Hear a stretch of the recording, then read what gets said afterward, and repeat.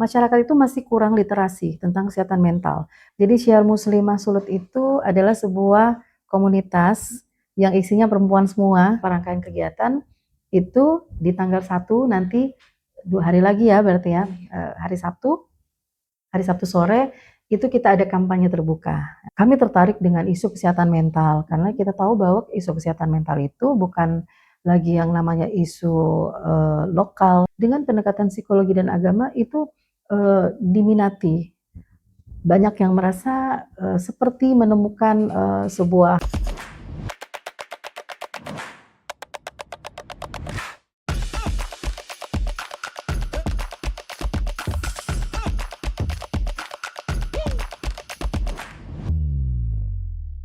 Halo M-People, kembali lagi bersama saya Jacinta dalam MP Talks. Senang sekali di hari ini spesial bersama dengan MP Talks menghadirkan sebuah ruang dialog inspiratif yang semangatnya merawat jiwa, mencintai hidup. Tema besar dari Gerakan Solidaritas Peduli Kesehatan Mental.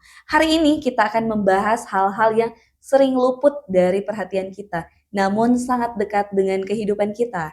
Itulah dia kesehatan mental. Telah hadir bersama kita dalam talk show kali ini, Ibu Rilia, selaku Ketua Komunitas Syiar Muslimah Sulut. Ibu Rilia, apa kabar hari ini? Baik, Jessica, terima kasih. Cantik sekali, Ibu. Masya Allah, terima Wah. kasih. Apa kabar, Bu? Baik, Baik. alhamdulillah baik. Oke, Bu. Sehari-hari lagi ngapain? Hari ini kesibukannya apa aja sih, Bu?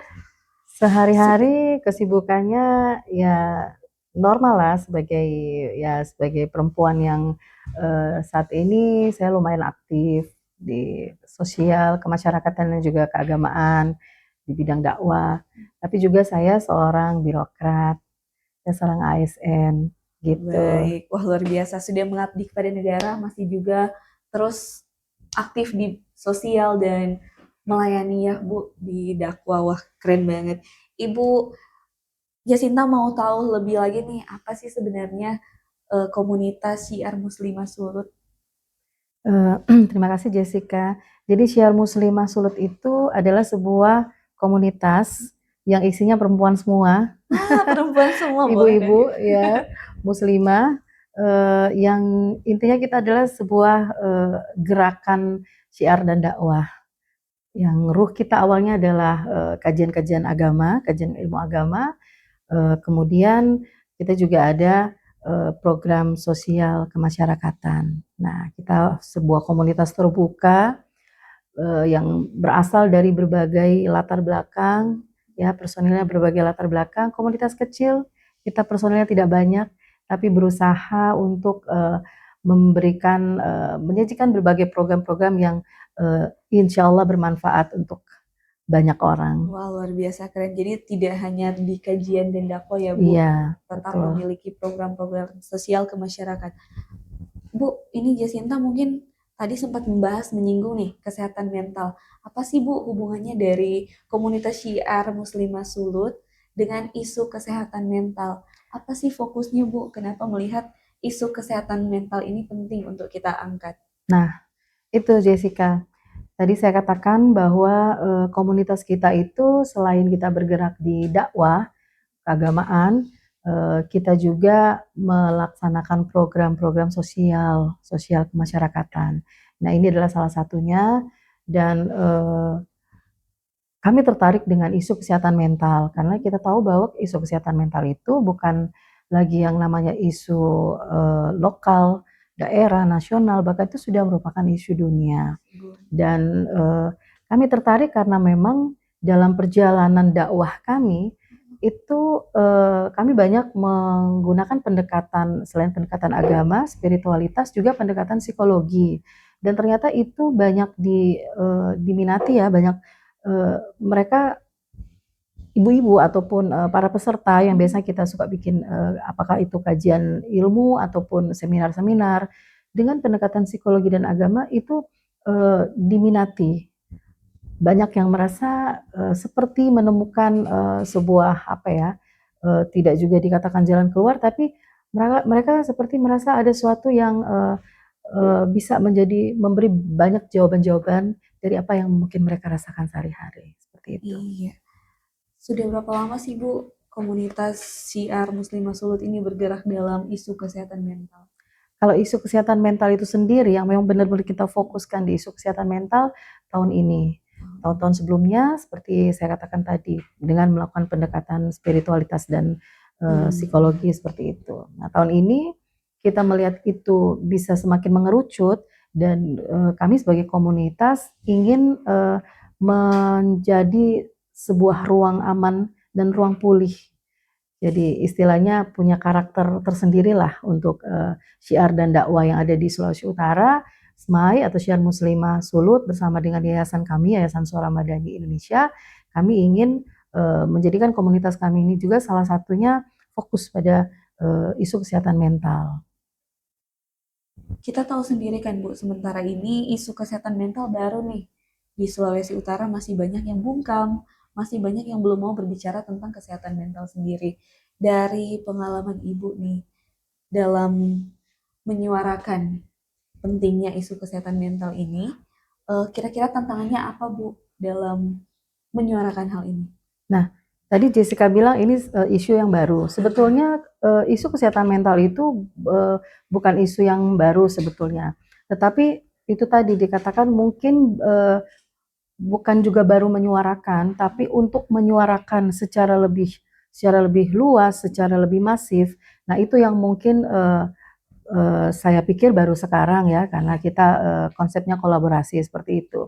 Nah, memang tantangannya itu karena masyarakat itu masih kurang literasi tentang kesehatan mental, masih kurang menyadari mungkin ya kesadaran itu yang masih kurang, sehingga melakukan atau mencetuskan program atau gagasan ini, kadang kita masih ini kira-kira diterima atau enggak ya, karena kan tidak semua orang mau dan bisa mengungkapkan. Iya, Karena betul. bicara kesehatan mental kan itu sesuatu yang tidak terlihat kan seperti itu. Jadi ya mungkin tantangannya kita ini baru pertama kali dan mengangkat sesuatu yang selama ini mungkin dipendam, selama ini mungkin tidak terbuka secara kasat mata seperti itu.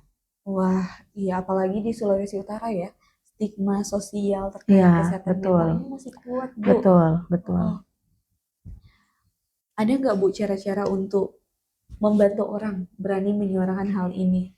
Mungkin. Iya, kalau tadi saya katakan sepengalaman komunitas kami ya, kami mencoba membuat beberapa konsep-konsep dakwah sebetulnya ya awalnya, konsep-konsep dakwah yang ternyata itu menjadi ruang aman bagi mereka untuk bercerita, untuk menemukan jawaban-jawaban atas apa yang mereka rasakan seperti itu. Sehingga kami merasa pendekatan karena eh, kami kebetulan yang komunitas adalah perempuan ya, lebih banyak berinteraksi tentu dengan ibu-ibu, dengan perempuan ya, remaja juga seperti itu.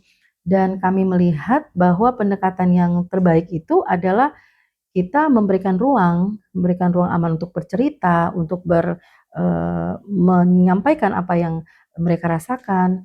Kemudian ada kalau di kita di dakwah itu ada yang namanya ustazah, ustadz, ustazah, kemudian motivator seperti itu. Nah, pendekatan seperti itu rupanya di mereka merasa plong, ya perempuan-perempuan merasa bahwa wah ini mengikuti program kami yang selama ini sudah berapa kali kami lakukan, itu sepertinya ada sesuatu yang berbeda. Nah, sehingga kami pikir kita harus kemudian lebih mencarikan apa ya konsep yang lebih katakanlah bukan hanya dengan pendekatan motivasi ataupun spiritualitas seperti itu, tapi ada profesional juga dari sisi psikolog dan psikiater Wah, luar biasa gitu. sekali ya, Bu. Berarti memang masif ini disuarakan. Nah, Iya, Ibu, mungkin banyak dari kita nih belum mengetahui tanda-tanda awal gangguan mental seperti apa. Mungkin kita sudah merasakan ciri-cirinya, tapi kita ya. tidak tahu kalau ini sebenarnya adalah arah untuk kegangguan mental. Kira-kira apa sinyal yang paling sederhana sih, Bu, untuk mengetahui bahwa itu adalah gangguan mental? Ya, kalau berbicara tanda-tanda ya mungkin ini sebetulnya kapasitas saya bukan profesional ya, tapi karena mungkin sudah belakangan ini sering berinteraksi dengan para profesional itu dan kami juga sering berdiskusi, memberikan ruang publik juga berdialog dan sebagainya terkait tentang kesehatan mental. Jadi mungkin tanda-tanda yang paling utama itu adalah ketika seseorang itu sudah mulai ada dia sudah sampai ke perubahan sikapnya. Jadi kalau yang istilah awam kita sehari-hari itu sudah kena mental Kena gitu. Gimana sih mental. sudah kena mental? Nah, jadi kan kita mungkin sudah mengurung diri, sudah membatasi akses dengan orang lain, sudah ya sudah bertingkah laku yang tidak seperti kita yang sebelumnya, yang biasanya seperti itu. Nah, itu yang perlu pemahaman pemahaman kita, diri kita sendiri, wah saya ini sudah overthinking, saya ini uh, sudah ada bisikan-bisikan nih, apa yang terjadi dengan saya, kapan saya harus ke profesional, harus menghubungi psikolog atau psikiater. Cuman tadi kita bicara stigma, orang ada rasa malu, tidak terbiasa, dan mungkin tidak tahu mau kemana, kan seperti itu. Nah, itulah pentingnya sebuah komunitas atau di mana kita, kalau kita mengetahui di lingkungan kita, apakah teman kita, keluarga kita, dan sebagainya yang mungkin, wah ini tanda-tandanya, ataupun anak kita, ini tanda-tandanya sudah mulai ada yang berubah dari sikap. Nah, itu yang mungkin kita harus mengenal. Tapi intinya adalah kita harus tahu kemana itu dulu dan kita harus mau merubah stigma bahwa itu bukan hal yang tabu, itu bukan aib dan itu justru berbahaya kalau kita biarkan ketika kita sudah merasa diri kita ini sudah berbeda dari sikap dan perlakuan kita sehari-hari. Seperti itu. Memang dampaknya sangat buruk ya Bu, Iya, terutama untuk diri kita sendiri dan bahkan bukan betul. cuma untuk kita sendiri tapi untuk orang lain yang Iya, ada di sekitar iya, kita.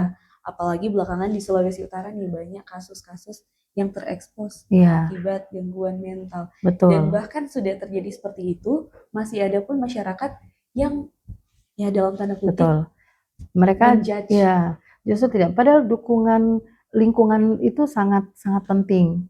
Kadang kan ya apalagi karena kita mungkin lebih sering berinteraksi dengan perempuan ya, walaupun kita tidak mengabaikan bahwa laki-laki juga pasti punya kecenderungan yang tinggi untuk gangguan mental ya. Gangguan mental. Kita kadang seperti itu. Kita tidak bukan tidak peduli juga mungkin kita karena kita tidak paham ya, kita melihat kita membiarkan saja. Mungkin kita bahkan mungkin kita menertawakan seperti Iya, itu Bu, kan. betul sekali. Apalagi sosial media kan Betul, tempat betul. semua orang berinteraksi secara Iya, bebas. iya. Dan kita harus terbuka untuk hal-hal seperti itu. Bahwa itu bisa saja terjadi oleh siapa saja. Bisa saja orang-orang terdekat kita, bisa saja diri kita mulai ada karena kan itu kalau dari istilah ini itu adalah fitrah manusia, di mana kita menjalani banyak kehidupan, ujian-ujian, kemudian kita memiliki beban-beban mental menumpuk, ketika tidak ada tempat, tidak ada cara yang tepat untuk kita menyalurkan atau kita mencarikan solusi. Nah, disitulah kita harus hati-hati karena ternyata bahkan pun hal-hal yang kita dengar, kasus-kasus yang seperti itu banyak sekali dipicu sebenarnya kita bisa mencegah dari awal. Kita bisa mencegah, kita bisa melihat teman kita, oh ini dia mau curhat, mau ini, tapi kita selama ini kita biarkan, malah kita tertawakan atau kita hanya disuruh ya sudah diam aja, terima aja. Itu seperti itu. Iya, Bu, lahir dari latar belakang yang ini yang sudah kita bicarakan tadi, isu kesehatan mental itu sangat penting dan Ya, apabila tidak ditangani bisa berdampak betul. sangat buruk. Kenapa sih Bu di gerakan kali ini, gerakan solidaritas ya Bu, memilih tema merawat jiwa mencintai hidup? Apa sih filosofinya? Bagus banget nih kata-katanya. Begitu ya. Ya, itu tema besarnya kita, merawat jiwa mencintai hidup. Hmm. Karena ternyata saya membaca, saya sharing, bertanya gitu kan dengan para profesional bahwa ternyata kesehatan mental itu, kesehatan jiwa itu adalah investasi kita. Bagaimana kita menjaga, kita merawat jiwa kita hari ini, itu akan menentukan bagaimana kondisi kita di masa depan atau nanti ke depannya. Atau bagaimana kita hari ini juga adalah sebenarnya merupakan bentukan kita bagaimana kita di masa lalu seperti itu. Sehingga kami mengambil tema merawat jiwa, mencintai hidup. Kalau kita ingin kita mencintai hidup kita, ayo kita rawat jiwa kita. Selama ini kan kita hanya merawat hal-hal yang atau secara tampilan fisik kan ya. Betul. Kita kadang lupa dengan yang di dalam, yang tidak terlihat itu. Padahal kalau dokter mengatakan 80% penyakit fisik itu sebenarnya juga dipicu juga dari mental kita seperti itu. Wah, luar biasa. Ibu, boleh nggak spill sedikit nih, Gerakan Solidaritas Peduli Kesehatan Mental 2025 ada apa aja? Jadi Gerakan Solidaritas Kesehatan Mental. Nah, kita namakan ini sebuah gerakan solidaritas. Sebenarnya kalau mau dikaitkan, pada tanggal 10 Oktober yang lalu kan itu Hari Kesehatan Jiwa Sedunia, Hari Kesehatan Mental Sedunia. Tapi kami tidak mengambil momentum itu secara spesifik di hari itu. Mungkin ini ada ceritanya juga nih, Jessica. Kita di bulan November, komunitas kita kan itu akan memasuki atau berulang tahun lah yang ke-5 tahun. Nah, jadi kita di situ kita pikir apa yang bisa kita bukan hanya sekedar perayaan, tapi ada sesuatu yang bisa kita lakukan untuk bisa memberi manfaat yang lebih luas, kan seperti itu. Nah, tercetuslah program ini, kesehatan mental yang memang sudah kita belakangan ini memang kita laksanakan program-programnya seperti itu. Dan kemudian kita berpikir nih, kita komunitas kecil kan, kita komunitas daerah Jessica, kita merintis dari awal selama 5 tahun, satu demi satu, langkah demi langkah kan kita ini. Tapi kekuatan kita adalah di kolaborasi. Konsep kita selama ini kolaborasi, sehingga kami berpikir ini adalah sebuah isu yang mungkin saja akan didukung oleh berbagai lintas pihak ya seperti itu. Kalau sudah mungkin Jessica pernah membaca bahwa kami berkolaborasi dengan pemerintah tentu saja yang terkait, dinas-dinas terkait, dinas kesehatan, di Rumah Sakit Ratu Buisang, kemudian juga Dinas Pemberdayaan Perempuan dan Perlindungan Anak Provinsi Sulawesi Utara, dan juga BKKBN, apalagi ya, kemudian akademisi itu sudah ada beberapa universitas, mulai dari IAIN, Universitas Muhammadiyah, sampai dengan Universitas Unima ya, Fakultas Ilmu Pendidikan dan Psikologi ya, itu mereka sudah berkolaborasi, media juga, dan juga organisasi profesi psikiater dan psikolog. Nah, itu kita akan melakukan gerakan yang bersama-sama secara rangkaian dengan beberapa rangkaian kegiatan itu di tanggal 1 nanti 2 hari lagi ya berarti ya, hari Sabtu sore itu kita ada kampanye terbuka. Nah, sebelumnya memang mulai di bulan Oktober kita sudah mulai pemanasan, sudah mulai ada kampanye digital, sudah mulai ada beberapa podcast yang khusus membicarakan tentang kesehatan mental. Kemudian juga sudah ada dialog publik yang dilaksanakan oleh kami, SMAI, dengan tema Islam dan kesehatan jiwa seperti itu. Dan di tanggal 1 ini sebetulnya kegiatan secara publik ya, besar-besaran, karena ini dilaksanakan nanti di kawasan Megamas itu di Mister Donat itu sampingnya itu kita bikin kampanye terbuka, kampanye publik. Di situ akan ada talk show terkait tentang kesehatan mental. Nah, pembicaranya dari psikiater, psikolog, dari pemerintah juga ada ya, tentu saja. Kemudian kita ada yang namanya booth counseling cepat. Nanti di situ itu masyarakat yang mungkin ingin tahu bagaimana sih konseling itu, ayo datang ke situ mengikuti konseling cepat ya dengan profesional, psikolog dan psikiater. Kemudian ada screening kesehatan mental tentu saja. Kemudian ada papan afirmasi dan harapan. Jadi setelah kita tahu tentang kesehatan mental, apa yang kita harapkan seperti itu. Nah, itu kegiatan yang cukup besar yang kita rencanakan dalam waktu dekat ini. Kemudian juga ada event seminar, kita katakan itu seminar ruang hati. Yang tadi sebetulnya itu adalah kalau bisa disebut itu yang tadi saya bilang ruang aman. Ruang aman untuk bercerita, untuk curhat, ya kan seperti itu. Itu terbuka, nanti dilaksanakan di tanggal 15 November. 15 November. Ada juga kelas healing. Nah, setelah kita mendengarkan seminarnya tentang bagaimana proses metamorfosa jiwa kita dari sampai dia menuju ke pemulihan, sampai kita mendapatkan pencerahan ya seperti itu, penguatan. Kemudian kalau yang ingin untuk ada pemulihan, tahapan pemulihan psikologi, kita juga ada kelas healing. Kelas healing itu nanti di tanggal 22 ya, tanggal 22 November. Nah, puncaknya kita akan kumpul, kita akan bersama dengan seluruh stakeholder, seluruh lintas pihak yang mendukung gerakan ini, itu kita akan menandatangani deklarasi. Deklarasi, Wah, luar iya. biasa.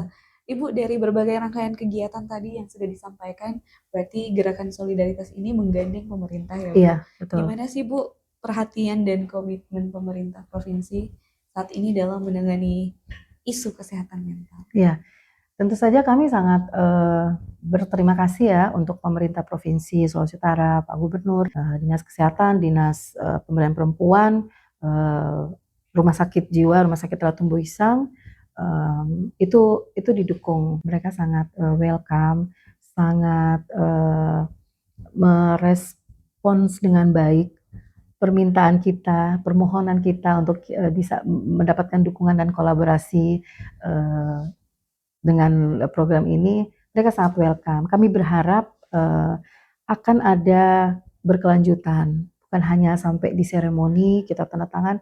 Tentu ada maksud kenapa kita sampai ada tanda tangan deklarasi, supaya kedepannya kita bisa terus bersama-sama di dalam membumikan isu kesehatan mental ini, peduli kesehatan mental ini. Sejauh ini pemerintah amat sangat mendukung kami. Luar biasa pemerintah Provinsi Sulawesi Utara dalam fokusnya menangani isu kesehatan mental ini. Nah, Ibu, jika kolaborasi ini berjalan baik, tadi kan sempat disebutkan nih, ada harapan-harapan ke depannya. Kira-kira sudah ada rencana lanjutan nggak, Bu? Setelah deklarasi akan ada apa selanjutnya? Ya, jadi kami berencana untuk komunitas kami di bawah naungan Yayasan Suara Madani Indonesia, kami itu ingin tadi sudah sempat saya sentil di awal, kami ingin jadi sebuah komunitas yang juga menyediakan ruang pulih, ruang aman dan ruang pulih untuk masyarakat. Jadi ditargetkan untuk berkelanjutan ya, Bu? Berkelanjutan, ya. Kemudian juga mungkin ada program-program pemerintah, apakah pemberdayaan perempuan, dinas kesehatan, mungkin mereka ada program yang mungkin langsung ingin menyentuh masyarakat, ya kami siap berkolaborasi, kami siap menjadi partner dengan pemerintah untuk melaksanakan bersama program-program apalagi terkait dengan kesehatan mental. Kami juga akan menjadi komunitas yang menyediakan ruang aman dan ruang pulih itu untuk menjadi tempat masyarakat mencari sebelum akhirnya kita merekomendasikan, karena kita juga bekerja sama dengan organisasi profesi kan, psikolog, psikiater, ataupun rumah sakit yang punya tenaga kesehatan yang profesional terkait dengan kesehatan mental ini, mereka akan menjadi apakah narasumber, apakah jadi pendamping, konseling, seperti itu, dan itulah kerjasama yang kami harapkan ke depan. Luar biasa, keren banget Ibu. Apakah ada kisah menarik nih atau kisah nyata dari yang Ibu pernah rasakan sendiri sehingga Ibu yakin pentingnya ruang aman ini, ruang cerita, ruang curhat lah ya, penting untuk kita hadirkan. Kira-kira mungkin ada pengalaman dalam komunitas? Iya, kalau dalam komunitas karena kita sudah berapa tahun ya bergerak, ini memang pengalamannya luar biasa. Saya sendiri merasa bahwa wah ini kalau kita yang namanya komunitas perempuan muslimah kemudian bisa membuat perempuan merasa nyaman, itu sesuatu yang kami syukuri sekali. Dan karakter perempuan itu kan dia baperan ya. Dia kan baperan. Nah, ketika kita bikin program yang dengan tema atau konsep yang memang pada akhirnya muncul nih sisi karakter perempuan yang memang benar-benar pada akhirnya curhat, nangis. Nah, itu sesuatu yang Masya Allah saya melihatnya kita kadang kalau dalam perjalanan dakwah kita ya, kita belajar, kita mendengarkan ilmu. Ternyata kita juga butuh nih, kita butuh didengar, kita butuh mengeluarkan juga apa yang ada di apa yang kita rasakan dan dituntut dengan ilmu. Sehingga itu benar-benar menarik. Itu pengalaman yang kami sendiri juga merasa terharu kan ketika berinteraksi menghadirkan para peserta, ibu-ibu terutama remaja, kemudian mereka itu rasanya seperti apa ya, senang begitu membantu orang, begitu. Luar biasa, Jadi keren banget. memberikan manfaat ya, Memberikan insyaallah ya. manfaat kepada semua orang, Iya, terutama para perempuan-perempuan dan remaja-remaja yang mulai merasakan betul. adanya apa ya, Ya, arah ke iya ada ilmu. beban-beban yang tersimpan.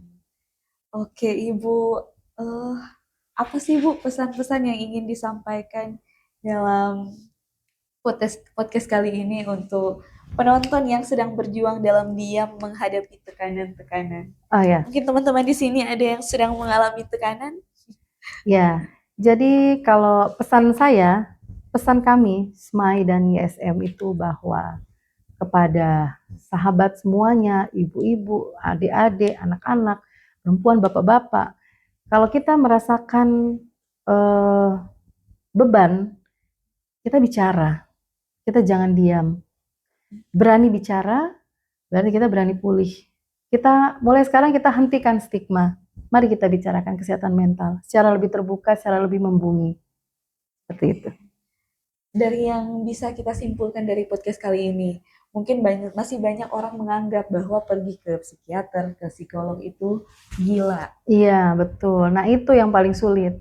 Karena tadi saya bilang untuk mengangkat sesuatu yang selama ini tidak semua orang mau mengangkatnya. Jadi stigma itu yang harus kita hentikan, stigma itu. Jadi orang menganggap datang ke psikolog, ke psikiater itu sesuatu hal yang memalukan, seolah-olah terlihat bahwa ih dia kenapa gitu kan, Ada karena yang aneh, padahal ada yang aneh. seharusnya tidak seperti Iya, itu ya. seharusnya tidak seperti itu dan itu hal yang biasa.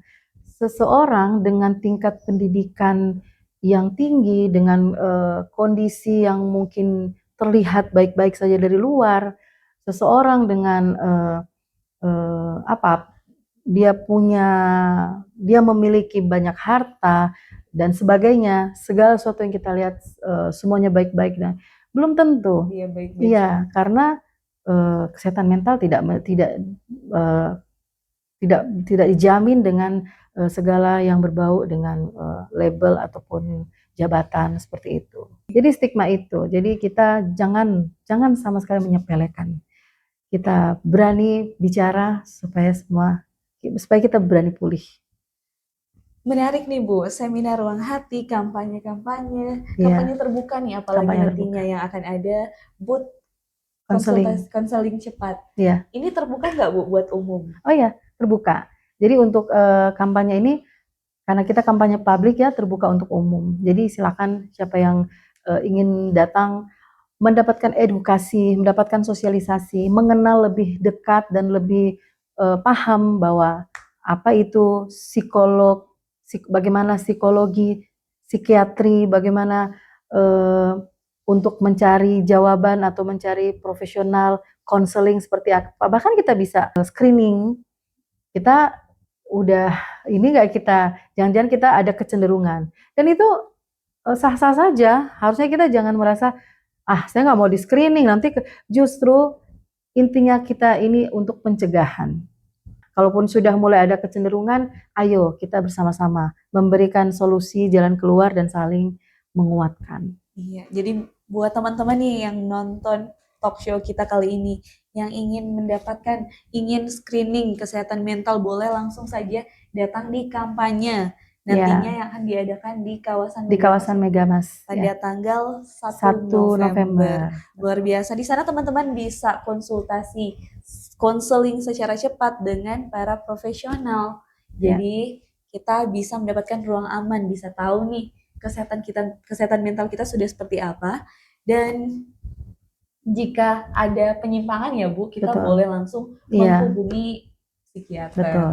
Wah luar biasa Ibu. sudah cukup banyak ya yang kita bicarakan hari ini. Mungkin ada satu kalimat singkat, harapan pribadi untuk masa depan, untuk kesehatan mental di Sulawesi Utara.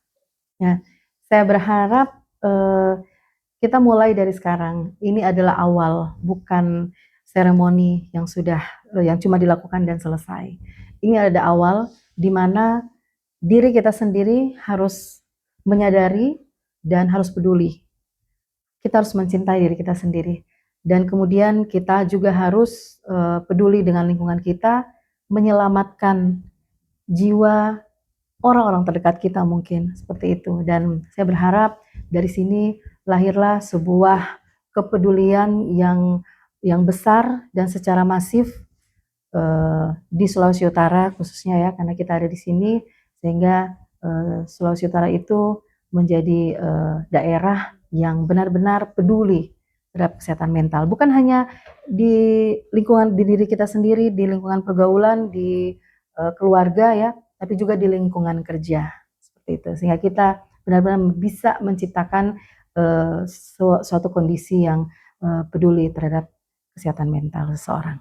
Luar biasa. Ibu jika bisa menggambarkan gerakan ini, komunitas Syiar Muslimah Sulut itu dalam satu kata atau dalam satu frasa lah. Kira-kira apa nih yang paling mewakili komunitas? Kata apa tuh? Untuk komunitas kami selalu semaikan kebaikan tanpa batas dan semaikan kebaikan dengan cinta. Luar biasa. Untuk menutup pembicaraan kita hari ini, Bu, ada nggak nih pesan-pesan yang ingin disampaikan ke masyarakat Sulawesi Utara yang menonton talk show kita kali ini? Baik, terima kasih semuanya, pemirsa, semua masyarakat yang saat ini sedang menonton. Saya ingin menyampaikan di sini bahwa kesehatan mental itu bukan pilihan. Kesehatan mental itu adalah prioritas. Kita berbicara kesehatan mental berarti kita berbicara tentang diri kita sendiri dan orang lain. Kami menyediakan ruang aman, ruang pulih bagi seluruh masyarakat yang ada di Manado dan sekitarnya. Silakan bergabung dengan kami, silakan menjadi bagian dari gerakan-gerakan peduli kesehatan mental ini, menjadi tanggung jawab kita bersama dan kita hilangkan stigma, kita bicarakan kesehatan mental, kita pulih bersama. Luar biasa. Dan itulah dia M-People Talk Show kita hari ini yang membahas tentang isu kesehatan mental bersama Ibu Rilia sebagai Ketua Komunitas Syiar Muslimah Sulawesi Utara. Dan M-People tentu saja kesehatan mental ini adalah penting bagi kita semua untuk merawat, dijaga. Karena menciptakan suatu lingkungan yang baik, kehidupan yang baik itu berawal dari dalam diri kita sendiri. Dan M-People untuk siapa saja yang ingin mendapatkan konseling mengenai kesehatan mental, boleh langsung hadir dan berkontribusi dalam kampanye terbuka nanti yang akan dilaksanakan di kawasan Megamas pada tanggal 1 November 2025. Dan tentu saja senang sekali saya Jacinta bisa bersama dengan Ibu Rilia berbicara, sharing berbagai cerita mengenai kesehatan mental, dan cerita ini mungkin akan lebih panjang. Terima kasih banyak Ibu Rilia sudah hadir. Sama-sama, terima kasih Jacinta. Dan itulah dia MP Talks dengan isu kesehatan mental. Sampai jumpa di talk show selanjutnya dengan pembicaraan yang lebih lanjut mengenai kesehatan mental. Bye-bye.